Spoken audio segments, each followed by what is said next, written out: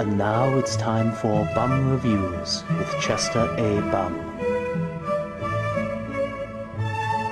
Tonight's review: The Secret World of Arrietty. Oh my god, this is the greatest movie I've ever seen in my life!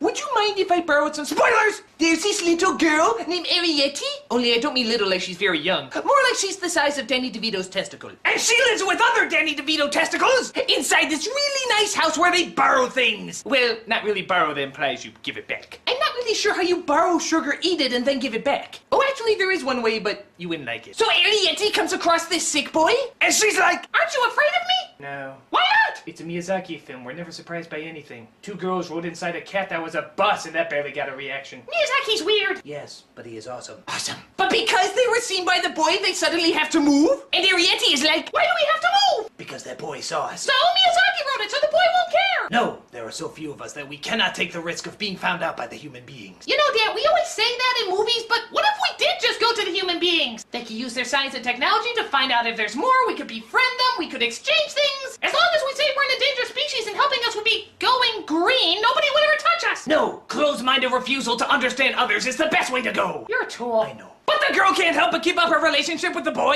It's kind of like Twilight, only we give a crap. But then we find out that the little boy is dying. Ooh. You're dying? Yes. However, I am going through an operation. They say there's a very slim chance that it could help. You live, don't you? How'd you know that? Anytime a character's going through an operation, they always come out okay. Not always. Name 5! Okay, shut the hell up, bitch. But it turns out that evil housekeeper finds one of the borrowers, so she borrows her and puts her in a jar. She also locks the boy in a room because that's what a good housekeeper does to dying kids. But Arrietty helps him get out and they save the mother. And the housekeeper is like, "No, really, there were little people here." Sure there were. Well, I also made a living by making people laugh by pulling my ear. Sure you did. I'm fired, aren't I? Yes, you are. So the boy says goodbye to Arrietty as she goes off with her family, and we're left wondering if the little boy will ever survive his operation. Oh wait, he does. Well, we're off to see all the other powers that exist in this world.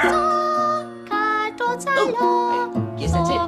Funny, I thought there'd be a little bit more to this movie. Like, how the kid's dealing with almost dying, or all the other places that the Bowers come across, their new home, the animals they try to fight off. They talk about all the dangers of the world, and the only thing they come across is Carol Burnett as a dwarf? Granted, that's a little frightening, but I expected more! Oh well, Arrietty is still a great movie! It teaches us so much, like, if you see little people, you're not necessarily on drugs. That's something I really need to hear! This is Chester E. Bum saying, change! You got change! Oh, come on, help a guy out, will ya? Come on, change! Come on, I'll use it to make a live-action version with John Goodman! It'll be a huge hit!